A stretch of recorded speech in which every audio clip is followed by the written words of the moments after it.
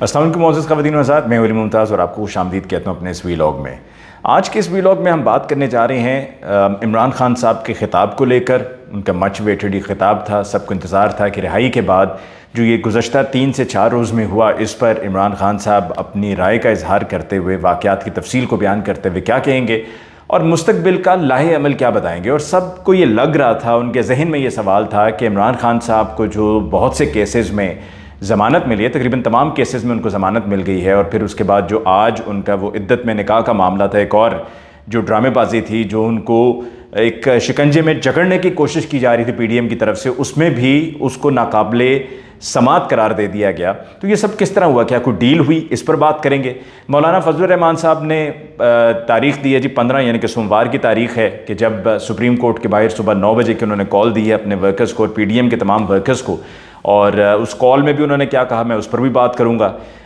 Police का किरदार क्या रहा, पुलिस के किरदार पर भी बात करूँगा। और फिर आखिर में आप सब जानना चाह रहे हैं कि इमरान रियाज़ ख़ान, हमारे जो सहाफ़ी दोस्त हैं, वो कहाँ हैं, किस हाल में हैं। बहुत से लोगों को तशवीश है, जानना चाह रहे हैं कि आखिर उनको कौन लेकर गया, कहाँ लेकर गया। ये सारी तफसील मैं आपको आज के इस वीलॉग में बताऊंगा। सबसे पहले इमरान खान साहब का खिताब, जैसा कि मैंने कल के वीलॉग में ये कहा था कि 2 ऐसे वाक़यात हैं कि जिनसे ये वाज़े हो जाता है और इससे बड़ी मिसाल नहीं मिलेगी कि इमरान खान साहब इंतशार को कतन पसंद नहीं करते और हमेशा इसको डिस्करेज करते आए हैं। मैंने कल के वीलॉग में बताया था कि एक तो 26 मई की सुबह, उसका आज इमरान खान साहब ने अपने खिताब में हवाला दिया, और फिर उसके बाद 26 नवंबर रावलपिंडी मरी रोड पे चांदनी चौक के मकाम पर जो जलसा हुआ था पाकिस्तान तहरीक इंसाफ का, उसमें भी इमरान खान साहब ने अपने वर्कर्स को आगे जाने से रोका, मना किया। तो ये 2 वाक़यात और इमरान खान साहब ने दोनों वाक़यात को कोट भी किया। आज की इस तकरीर में इमरान खान साहब की खूब गरजे और इतना अग्रेशन सुनने को मिला कि जो शायद मुझे लगता है कि इससे पहले इतना अग्रेशन इमरान खान साहब की तरफ से हमें सुनने को नहीं मिला। और जहाँ पर ये कोई राय थी, लोग ये तासुर बनाए बैठे थे कि जी कोई डील हो गई है और डील के तहत उनको ये रिलीफ मिला है, तो उस तासुर को भी इमरान खान साहब ने ख़त्म कर दिया कि कतन कोई डील नहीं है, और अपने मौक़िफ़ पर वो डटे हुए हैं। और जो ज़िम्मेदारान हैं, ख़ास तौर पे पंजाब हुकूमत के लोग हैं, उन पर खान साहब ने खुलकर तनकीद की, और बग़ैर किसी डर के, बग़ैर किसी खौफ के, बल्कि उन लाइंस पर जाकर बात की कि जिस पर बात करना तो दूर की बात, उस पर बात करने का कोई सोचता भी नहीं है, क्योंकि वो एक निडर आदमी है। He is got nothing to lose. और इमरान खान साहब ने आज जो मुतालबा किया है जुडिशल कमीशन का, बेहतरीन मुतालबा है, क्योंकि जुडिशल कमीशन ही अगर कायम होगा और तहकीकात होंगी कि 9 और 10 मई को जो हुआ, जो अमलाक को नुकसान पहुंचा, उसके ज़िम्मेदारान कौन हैं। क्योंकि इमरान खान साहब के पास उन्होंने आज वो विजुअल्स भी चलाए कि जहां पर बताया जा सकता है कि जी मशकूक लोग उस एहतजाज का हिस्सा बन रहे हैं, और इमरान खान साहब ने कहा कि मैंने अपने लोगों को रोका था और मना किया था। दूसरी तरफ लाहौर हाई कोर्ट की तरफ से जो 17 ख़वातीन हैं जिनका ताल्लुक़ पाकिस्तान तहरीक इंसाफ से, या तो ओहदेदार हैं जैसे कि डॉक्टर यास्मीन राशिद साहिबा हैं या आलिया हमज़ा साहिबा हैं, इनके अलावा भी जो पीटीआई की सपोर्ट में ख़वातीन थीं जिनको गिरफ़्तार किया गया था, उनकी रिहाई का हुक्म दिया। और आप पंजाब गवर्नमेंट के करतूत देख लीजिए कि इधर रिहाई हुई और उधर उनको दोबारा गिरफ़्तार करके थाना चूंग में लेकर जाया गया। थाना चूंग कहाँ है? थाना चूंग ठोकर न्याज बेग जो लाहौर का एंट्री पॉइंट है, उसके पास वहाँ पे चूंग ट्रेनिंग सेंटर भी है। और आपको याद होगा कि फवाद चौधरी साहब को भी जब गिरफ्तार किया गया था, तो फवाद चौधरी साहब को अदालत में लेके जाने से पहले चूंग सेंटर में रखा गया था, तो उनको वहाँ मुंतकिल कर दिया गया। और डॉक्टर यास्मीन राशिद साहिबा जो ज़ईफ़ खातून हैं, कैंसर पेशेंट हैं, उनकी भी इज़्ज़त नहीं की, उनका भी एहतराम नहीं किया, और उनकी भी रिहाई के बाद उनको दोबारा गिरफ़्तार किया गया और उनको फिर सर्विसेज हॉस्पिटल से लेकर जाने की कोशिश की। और आप देखिए कि कमाल देखिए कि एक तरफ पुलिस वहाँ पर उनके दाएं बाएं खड़ी है उनको गिरफ़्तार करके लेकर जाने के लिए, और वहीं पर एक ज़ईफ़ खातून आकर डॉक्टर यास्मीन राशिद साहिबा से कहती हैं कि आपका शुक्रिया कि आपके सेहत कार्ड की वजह से मेरा इलाज मुमकिन हुआ। और सिर्फ ये एक मिसाल नहीं, कई मिसालें हैं। मुझे कई लोगों ने बताया कि जी उनका इलाज जो है वो सेहत कार्ड पर हो रहा है। ऐसे कैंसर पेशेंट्स जो अफोर्ड नहीं कर सकते, उनका भी सेहत कार्ड के बदौलत उनका इलाज होता रहा है। बल्कि मेरे ही एक जानने वाले थे, उनका अभी मार्च के महीने में 1 रमज़ान को इंतकाल हुआ उनका, अल्लाह ताला उन्हें जन्नतुल फिरदौस में जगह अता फरमाए। उनका भी इलाज उनकी वफ़ात से पहले सेहत कार्ड पर हो रहा था। तो इससे बड़ी बात और क्या हो सकती है कि लोग यकीनन हाथ उठा कर इमरान खान साहब को सेहत कार्ड के लिए दुआएं देते हैं। पुलिस के किरदार पर बात करते हैं। पुलिस का किरदार हमेशा से मशकूक रहा है। मैंने गुज़श्ता 12-13 साल में पंजाब पुलिस को ख़ास तौर पे काम करते देखा है। कोई ढंग का काम नहीं किया जाता है। जब भी जो भी किया जाता है उसमें कोई ना कोई नाकामी, उसमें कोई ना कोई घटियापन ज़रूर होता है, उसमें कोई ना कोई ओछापन ज़रूर होता है, उसमें जुल्म की दास्तान रकम की जाती है और कई ऐसे वाक़यात मंजर आम पर आए। और हम कैसे भूल सकते हैं कि जो 2014 को 17 जून सन 2014 को पुलिस ने दिन दहाड़े पुलिस ने मॉडल टाउन में फायरिंग कर 14 लोगों को शहीद किया, जिसमें तंजीला साहिबा भी थीं जो उस वक्त हामला थीं, उनको भी चेहरे पर गोली मारी। ये पंजाब पुलिस ने किया, किसी और ने नहीं। किसने किया? पंजाब पुलिस ने किया। तो अब जब ये जुडिशल कमीशन की भी खान साहब ने बात की और आज एक दिन में भी मुझसे कुछ दोस्तों की बात हुई, उनका भी ये कहना था कि जी जुडिशल कमीशन कायम होना चाहिए।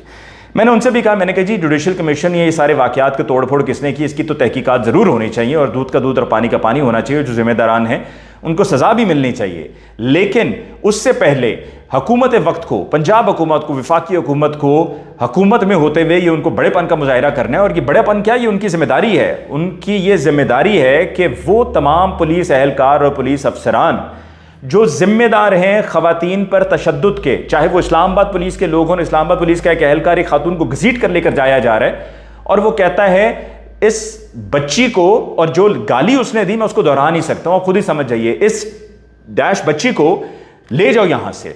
वो पुलिस एहलकार, फिर वो पुलिस एहलकार के जो लाहौर में जिन्होंने एक खातून को, तैयबा राजा को, जो अभी भी गिरफ्तार हैं और रिहाई के बाद लाहौर हाई कोर्ट के हुक्म के बाद फिर दोबारा गिरफ्तार कर लिया गया, उनको बाल से पकड़ कर लेकर गया। फिर इसी तरह से वो तमाम पुलिस एहलकार जिन्होंने लिबर्टी पर एक खातून को, एक लड़की को ज़मीन पर घसीटते हुए लेकर गए। फिर वही पुलिस एहलकार जो उस्मान डार, पाकिस्तान तहरीक इंसाफ के, उनके घर में घुसे। और इससे ज़्यादा बेशर्मी की इंतहा नहीं हो सकती। मैं कहता हूं कि पूरी दुनिया में इतनी शायद बेशर्मी की कहीं पे मिसाल ना मिलती हो कि आप उस्मान डार को गिरफ्तार करने के लिए गए और यही इस ऑलिव ग्रीन वर्दी में मलबूस, मैंने पहले भी कई मरतबा कहा है कि वर्दियां तब्दील करने से हालात ठीक नहीं होते या पुलिस ठीक नहीं हो सकती। सोच को तब्दील करना होगा। जब तक सोच तब्दील नहीं होगी, आप ये छोड़कर 10 और रंग तब्दील करके वर्दी के तब्दील कर दें, उससे कोई फर्क नहीं पड़ने वाला। वो पुलिस एहलकार उस्मान डार के घर में जाते हैं और उनकी वालदा, उनकी ज़ईफ़ वालदा को कहते हैं कि उस्मान डार को कहो कि गिरफ्तारी दे, नहीं तो उनके साथ ज्यादती की जाएगी। ये पुलिस एहलकार कहते रहे हैं। आज ख्वाजा आसिफ साहब ने उस पर माफ़ी भी मांगी। तो ख्वाजा आसिफ साहब, आप इतने अरसे से मुंतखब होते आ रहे हैं सियालकोट से, आप अब भी डिफेंस मिनिस्टर हैं, आप पहले भी मिनिस्ट्रियां कई जो है वो भुगता चुके हैं। तो ख्वाजा आसिफ साहब, आप उस वक्त कहाँ थे कि जब ये हुक्मनामा जारी हो रहा था? उस वक्त आपकी तरफ से, आपकी हुकूमत की तरफ से क्यों नहीं इंस्ट्रक्शन दी गई? और अगर आप कहते हैं पंजाब गवर्नमेंट, तो पंजाब गवर्नमेंट भी, आप और पंजाब गवर्नमेंट यूं हैं, हैंड इन ग्लव हैं। तो आपने क्यों नहीं कहा कि इंतजामिया से कि घरों में जाते हुए चादर और चार दीवारी का तकद्दुस ना पैमाल किया जाए, वहां पर बहनें हैं, माएँ हैं, बेटियां हैं, उनका ख्याल किया जाए। इस तरह के पुलिस एहलकारों को मुअत्तल होना चाहिए और उनको कैफे किरदार तक पहुंचाना चाहिए और उनको इबरतनाक सजा दी जानी चाहिए। और जब आप इन तमाम लोगों को गिरफ्तार करके उनके चेहरे भी सामने आएंगे और दुनिया को बताया जाएगा कि इनको उनके किए की सजा मिली है, जब तक ये नहीं करेंगे ये वाकयात होते रहेंगे। और आज आपके साथ हो रहे हैं। सिर्फ ये सोच लीजिए कि कल को ये आज इनके साथ कर रहे हैं, कल को आपके साथ भी हो सकता है। ये घूम फिर के आएगा। इसी दुनिया में इंसाफ हो जाया करता है, मकाफाती अमल है। आप इसको शायद भूल जाते हैं। इक़्तिदार में आके ताकतवर कुर्सियों पर बैठकर ये भूल जाते हैं कि जो आज आप किसी के साथ कर रहे हैं वो कल को आपके साथ भी हो सकता है। तो इन पुलिस एहलकारों को कतन माफ नहीं किया जा सकता जो उनकी तरफ से ये बदमाशी और जो ये गुंडागर्दी की गई है। दूसरी तरफ आगे बढ़ते हुए मौलाना फजलुर रहमान साहब ने जो कॉल दी है, उस कॉल में वो कहते हैं जी आइन को पामाल किया जा रहा है। आइन को पामाली आपकी नज़र में क्या है? आपकी नज़र में आइन की पामाली ये है कि आपकी हुकूमत का तख्ता उलट जाए। आइन की पामाली ये है कि आप 90 रोज़ के अंदर इंतखाबात करवाने हैं और नहीं करते और बीच में रोड़े अटकाते हैं, तरह तरह के बहाने करते हैं। आपके साथ जो मुख्तलिफ इदारे हैं, बिलखुसूस इलेक्शन कमीशन, उनको आप अपने साथ शामिल करके आप इदारों की इज़्ज़त और एहतराम की बात करते हैं। आप इदारों को, उनकी इज़्ज़त, उनके एहतराम को दाव पे लगा रहे हैं। आप चाहते हैं कि मुल्क का बच्चा जो है उसको पता चल जाए कि ये इदारे कर क्या रहे हैं, किस तरह से खेल रहे हैं, किस तरह से आइन से खिलवाड़ कर रहे हैं। तो हमारा सुप्रीम कोर्ट और हमारे सुप्रीम कोर्ट के वो जजेस जो आग के खिलाफ दीवार बनकर खड़े हो गए हैं, आप उनके खिलाफ निकल रहे हैं इसलिए कि आप कहते हैं जी आइन पामाल। आइन की पामाली क्या? 90 रोज में इंतखाबात कराते आप लोगों को, उनके वोट का हक क्या देते? پتہ چلتا ہے کہ لوگ کس کو منتخب کرنا چاہتے ہیں. آپ کو نظر آ رہا تھا کہ آپ کو شکست کا سامنا کرنا پڑے گا. آپ کو کے پی کے سے خاص طور پہ, کیونکہ پنجاب سندھ بلوچستان وغیرہ میں تو آپ ہیں ہی نہیں نا, آپ کو تو وہاں پر وجود ہی نہیں ہے, نام و نشان ہی نہیں ہے آپ کی پارٹی کا, تو آپ کو کے پی کے میں اتنی بری شکست ہونی تھی, اتنی بری شکست ہونی تھی کہ آپ کو نظر آ رہا تھا. اور اس کے ڈر سے, اس کے خوف سے آپ اس انتہا پر پہنچ گئے ہیں کہ آپ کہتے ہیں جی آئین کی پامالی, اور پھر اس کے بعد جی فرماتے ہیں کہ اختیارات سے تجاوز, اداروں کی بیرا روی اور ان کی جانبداری. مطلب وہ آئینی فیصلہ کر رہے ہیں تو آپ کہتے ہیں جی ادارے اختیارات سے تجاوز کر رہے ہیں. سپریم کورٹ فیصلہ آئین کے مطابق کر رہا ہے, یہ سپریم کورٹ نے تشریح کرنی ہے آئین کی, آپ نے نہیں کرنی ہے. اگر آپ نے کرنی ہے, اپنی مرضی کا آئین بنانا ہے, تو 2/3 میجورٹی لے کر آئیں اور آئین کی تشریح کر لیں. آئین کو بلکہ اس میں ترمیم کریں آپ. آئین کی تشریح تو سپریم کورٹ نے کرنی ہے, وہ آپ کا کام ہی نہیں ہے. آپ ان کی ڈومین میں جا رہے ہیں, آپ صرف اس لیے جا رہے ہیں کیونکہ آپ کی حکومت جا رہی ہے. اگلے ہفتے اس حکومت کی چھٹی ہو جانی ہے, اس حکومت کو اگلے ہفتے گھر بھیج دیا جائے گا.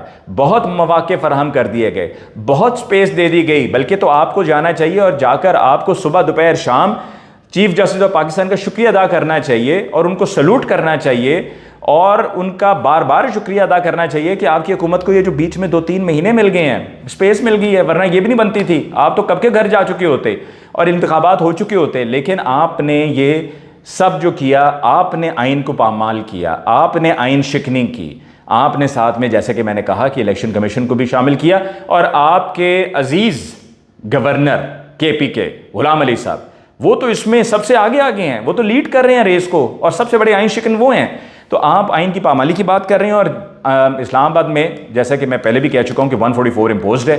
144 کے امپوزڈ ہوتے ہوئے اسلام آباد شہر میں جو آپ نے یہ احتجاج کی کال دی ہے, اس دن دیکھنا یہ ہے کہ اسلام آباد پولیس کیا کرتی ہے, کیا شیلنگ کرتی ہے یا نہیں کرتی. ہو سکتا ہے ڈرامے بازی کرتے ہوئے خود شیلنگ کروا دیں, حالات خراب کریں, اور تاکہ صبح 9 بجے کی آپ نے کال دی ہے تو اس دن یہی الیکشن کے معاملے کو بھی سنا جائے گا, سماعت ہونی ہے, پھر نیب قوانین میں جو ترمیم ہے اس کی سماعت بھی ہونی ہے سپریم کورٹ آف پاکستان میں, تو آپ اس کو ڈسٹرپٹ کرنے کی کوشش کریں گے. لیکن ہو سکتا ہے کہ اس دن چیف جسٹس صاحب ساتھ میں دیگر جو اور ججز ہیں بینچ میں, ان کو لے کر جا کر جوڈیشل اکیڈمی جو اسلام آباد میں ہے وہاں پر کیس کی سماعت کی جائے. یعنی کہ آپ وہی کرنا چاہ رہے ہیں نون لیگ کے ساتھ مل کے جو نون لیگ پہلے بھی کر چکی ہے, عدلیہ پر حملہ, اور یہ 1998 میں کیا گیا تھا پی ایم ایل این کی طرف سے. جسٹس سجاد علی شاہ صاحب, اس وقت چیف جسٹس سجاد علی شاہ صاحب سپریم کورٹ کے چیف جسٹس آف پاکستان تھے, تو آپ یہ دوبارہ سے دہرانا چاہتے ہیں. اور اس کے علاوہ آخر میں ہمارے دوست, ہمارے بھائی عمران ریاض خان کو گرفتار کیا گیا, ڈسٹرکٹ جیل سیالکوٹ بھیجا گیا. اس کے بعد chief justice of Lahore high court نے کہا کہ جی آپ ان کو لے کر آئیں. آئی جی جیل خانہ جات کہتے ہیں ہمارے پاس نہیں, آئی جی پنجاب کہتے ہیں ہمارے پاس نہیں, ڈی پی او آ کر کہتا ہے کہ جی ایس ایچ او جو متعلقہ ہیں وہ اپنے پاس لے کر آئے, اور پھر اس کے بعد جا کے ڈسٹرکٹ جیل ان کو ایم پی او کے تحت 30 دن کے لیے ہم نے وہاں پر جیل بھیج دیا.